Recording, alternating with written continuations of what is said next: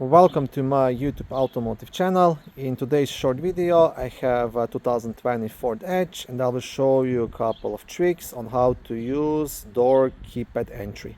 This video will apply to second generation of Ford Edges made from 2015 all the way up to 2024. Okay, so the vehicle is locked up right now. To light up the keypad, just tap on it and enter your code. And this will unlock the vehicle. If you want to unlock all doors, press 3-4. That will unlock everything. If you want to open up the liftgate, if you have a power liftgate, press 5 and 6 and that will open the liftgate. And if you want to lock the vehicle, press 7 and 9 at the same time and the vehicle will lock.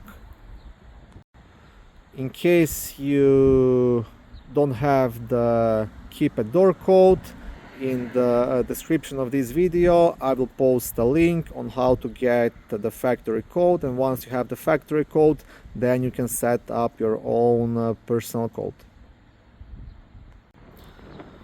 Thank you for watching this video. I hope it was helpful and educational. If it was, please like it and consider subscribing to my YouTube automotive channel.